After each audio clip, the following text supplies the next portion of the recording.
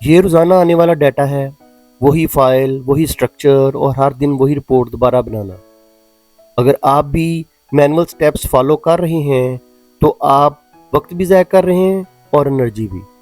इस वीडियो में आप सीखेंगे एक्सेल मैक्रो की मदद से सिर्फ एक क्लिक में डेली क्विक रिपोर्ट कैसे जनरेट की जाती है और डुप्लीकेट और रिपीटेड डाटा को कैसे ऑटोमेटिकली आइडेंटिफाई और हैंडल किया जाता है। इस फाइल का लिंक मैं डिस्क्रिप्शन में दे दूंगा। क्विक रिपोर्ट पर मेरी ये वीडियो का दूसरा पार्ट है। इससे पहले भी जो मैंने वीडियो बनाई है उसका लिंक भी मैं डिस्क्रिप्शन में दे दूंगा। तो चलें अपनी फाइल के ऊपर चलते हैं और देखते हैं कि ये मैजिक हम कैसे परफॉर्म करते हैं। दोस्तों, ये हमारा डाटा है जिसके ऊपर हमने क्विक समरी बनानी है। क्विक समरी क्यों बनानी है? क्योंकि आम जो यूज़र होता है उसके पास अगर ये डाटा इस तरह का आता है तो उसको सबसे पहले अपनी रेंज को सिलेक्ट करना पड़ता है जिसकी उसने कोई रिज़ल्ट लेना होता है। दूसरी जगह पे जाके पेस्ट करेगा, डाटा टैब में जाकर रिमूव डुप्लीकेट करेगा, उसके बाद जो सेल अमाउंट होगी उसको आगे जाके पेस्ट करेगा और उसके ऊपर फार्मूलाज लगाएगा। उसको ये देखिए कितने एक्स्ट्रा स्टेप्स जो हैं वो परफॉर्म करने पड़ रहे हैं, बार बार रिपीट करने पड़ रहे हैं, डेली रिपीट करने पड़ रहे हैं। इन तमाम स्टेप से बचने के लिए हम मैक्रो का इस्तेमाल करेंगे कि एक ही दफ़ा हम जो सारे फंक्शंस या स्टेप्स होंगे वो इसके ऊपर अप्लाई कर देंगे और जब दोबारा हम उसका बटन को प्रेस करेंगे तो वो सारे के सारे जो कोडिंग उसके अंदर सेव हुई होगी उसके ज़रिए वो हमारा रिज़ल्ट निकाल के दे देगा। हमने सबसे पहले मैक्रो अप्लाई करना है। मैक्रो कहाँ से अप्लाई करेंगे? हमें डेवलपर टैब में जाना पड़ेगा। डेवलपर टैब कहाँ से आएगा? अगर आपके इधर शो नहीं हो रहा, राइट क्लिक करेंगे आप रिबन के ऊपर और कस्टमाइज द रिबन, इसको क्लिक करेंगे और एक्सेल ऑप्शन की जो विंडो आएगी उसके अंदर मेन टैब्स वाले पोर्शन में आपके डेवलपर टैब अनचेक होगा, आपने चेक करके ओके कर देना। अब हमारा जो है वो डेवलपर टैब इधर अपीयर हो गया है।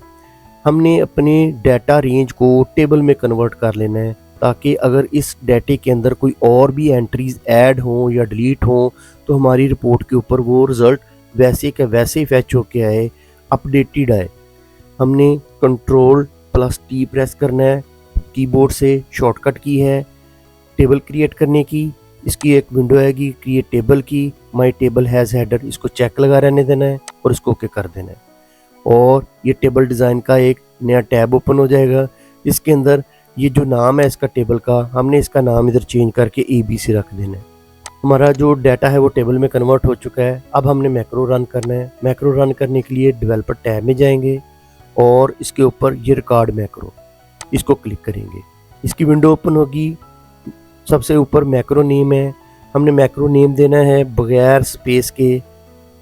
अभी मैं इसको कैंसिल कर रहा हूँ और आपको ये चीज़ बता दूँ कि आपने जब भी फाइल को सेव करना है तो सेव एज़ में जाके इसकी जिधर पाथ देना है पाथ देकर आपने उसको जो सेव एज टाइप होगी उसको आपने क्रो इनेबल वर्कबुक इसमें जाके आपने इसको सेव करना है और उसको जहाँ पे आपका पाथ है वहाँ पे आपने इसको सेव कर देना है ताकि जब दोबारा आप इसको ओपन करें तो फाइल आपको मैक्रो रन होने में कोई एरर नहीं देगी।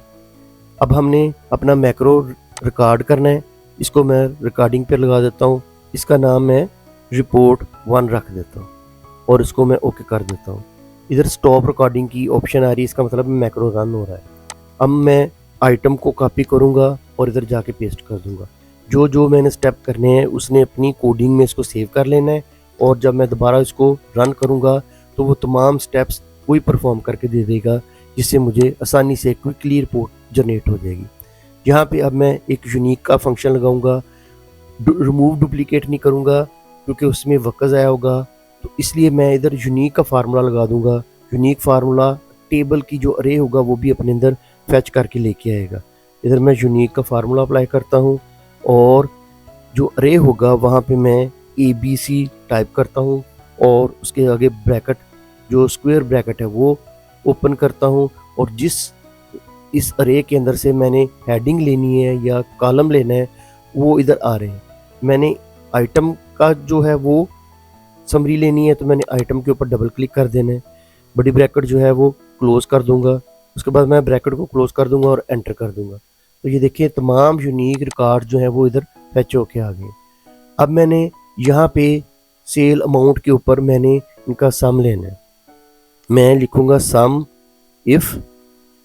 आपने ये स्टेप्स इसी तरह फॉलो करने हैं, क्योंकि आगे थोड़ा सा एक ट्रिकी तरीका आने लगा है, जिसको अगर आप उसको इग्नोर कर देंगे तो आपका मैक्रो रन नहीं होगा।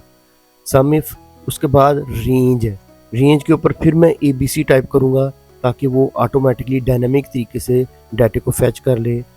स्क्वायर ब्रैकेट ओपन करूँगा और जो रेंज होगी वो आइटम की दूंगा मैं इधर। स्क्वायर ब्रैकेट क्लोज करूँगा, कॉमा डालूंगा और क्राइटेरिया जो होगा वो ये वाला दे दिया मैंने। उसके बाद कॉमा डाला और सम रेंज, किसकी सम रेंज लेनी है। फिर मैं ABC टाइप करूँगा जो मेरे टेबल का नाम है और स्क्वायर ब्रैकेट ओपन करूँगा और उस फील्ड का नाम लिखूँगा या डबल क्लिक कर दूँगा जिसका मैंने सम लेना है। सेल अमाउंट का मैंने सम लेना है, मैंने डबल क्लिक किया और उसके बाद स्क्वायर ब्रैकेट क्लोज की और जो सम इफ की ब्रैकेट है वो भी मैंने इसको क्लोज कर दी और एंटर कर दिया। अब मैंने इस जो फार्मूला लगा हुआ है इसको कॉपी करना है, कंट्रोल डाउन एरो प्रेस करना है तो हमारा कर्सर लास्ट ब्लैंक सेल पर चला जाएगा। उसके बाद हमने लेफ्ट एरो प्रेस करना है सिंपल, इसके साथ कंट्रोल बटन प्रेस नहीं करना। फिर कंट्रोल बटन प्रेस करना है और अप एरो प्रेस करना है तो हमारा कर्सर जंप लगा के लास्ट नॉन ब्लैंक सेल पर चला जाएगा।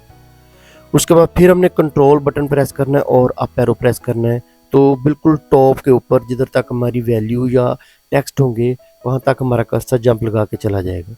यहाँ पे हमने यूज़ रिलेटिव रेफरेंस को ऑन कर देना है और कंट्रोल डाउन एरो को प्रेस करना है।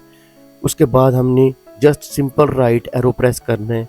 उसके बाद फिर control shift up arrow press करना है, यहाँ पे एंटर कर देना है तो हमारे तमाम सेल्स के ऊपर जिधर समरी थी उनके ऊपर रिजल्ट अपीयर हो गया। अब हमने यूज़ रिलेटिव रेफरेंस को क्लोज कर देना है और कंट्रोल A प्रेस करना है तो हमारा ये समरी वाला जो डाटा होगा सारे का सारा सिलेक्ट हो जाएगा। इसके ऊपर होम टैब के अंदर जाके हम बॉर्डर अप्लाई करेंगे और डेवलपर टैब के अंदर जाके हम कर्सर को H कॉलम में रख देंगे और डेवलपर टैब के अंदर जाके स्टॉप रिकॉर्डिंग कर देंगे। अब हमारा मैक्रो बन चुका है। अगर हम ये वाली जो समरी थी इसको हम डिलीट भी कर देते हैं और दोबारा इसको अगर हम मैक्रो को रन करते हैं तो देखिए कितनी क्विकली हमारी रिपोर्ट जो है वो बन के आ गई है। इसके ऊपर मैं एक और मैजिक भी आपको दिखाता हूँ कि अगर हम इस डाटे के अंदर कोई नई एंट्री करते हैं, जैसे मैंने इस जगह पे जाके मैंने चेयर लिख दिया और अब हम जाके देखते हैं अगर समरी को डिलीट करते हैं और दोबारा इसके ऊपर मैक्रो रन करते हैं तो देखते हैं कि हमारी चेयर वाली जो वैल्यू थी वो भी उठ के आ गई है। तो देखें ये हमारी समरी कितनी डायनामिक तरीके से बन के आई है। अब हमने अपनी रिपोर्ट को और भी ज़्यादा डायनामिक बनाना है। समझिए ये आपका डाटा है, ये टेम्पलेट बन चुका है। हमने रो नंबर 2 से लेकर आखिर तक इस डाटे को सिलेक्ट करना है और इसको डिलीट कर देना है। लेकिन ये उसकी हेडिंग और ये पहले वाला जो सेल है वो वैसे रहना चाहिए। ये समझें कि अब आपके पास दूसरे दिन ये वाली रिपोर्ट आ गई है, इसको आप कंट्रोल A करें, कंट्रोल C करें और इस डाटे के ऊपर जाके पहले जो सेल ब्लैंक होगा वहाँ पे जाके इसको पेस्ट कर दें तो आपका जो डाटा है वो उसी ABC वाले टेबल के अंदर मूव हो गया। अब हम दूसरा जो इसके ऊपर ट्रिक लगाएंगे वो है कि हमने इंसर्ट टैब के अंदर जाकर शेप इंसर्ट करनी है।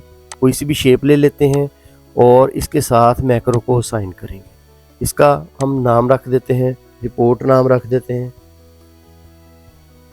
और इसको थोड़ा सा फॉन्ट साइज बड़ा कर देते हैं, इसका सेंट्रलाइज कर देते हैं और राइट क्लिक करके हम असाइन मैक्रो जो रिपोर्ट 1 थी उसको डबल क्लिक कर देंगे। अब इसके ऊपर मैक्रो लग चुका है, ये हैंड आइकन शो हो रहा है। हम इसको थोड़ा सा मूव कर देते हैं इधर।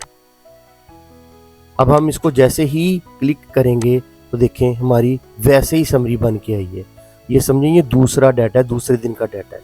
इसी तरह हम तीसरे दिन का डाटा, चौथे दिन का डाटा, आपने जस्ट यहाँ से इसको सिलेक्ट करना है, रो नंबर 2 से एंड तक उसको डिलीट कर देना है और नया डाटा इसके ऊपर पेस्ट कर देना है। आपकी ये टेम्पलेट वैसी की वैसी रहेगी। उम्मीद है कि आपको मेरी वीडियो पसंद आई होगी। इसको लाइक कीजिएगा, शेयर कीजिएगा और सब्सक्राइब कीजिएगा। खुदा हाफिज़।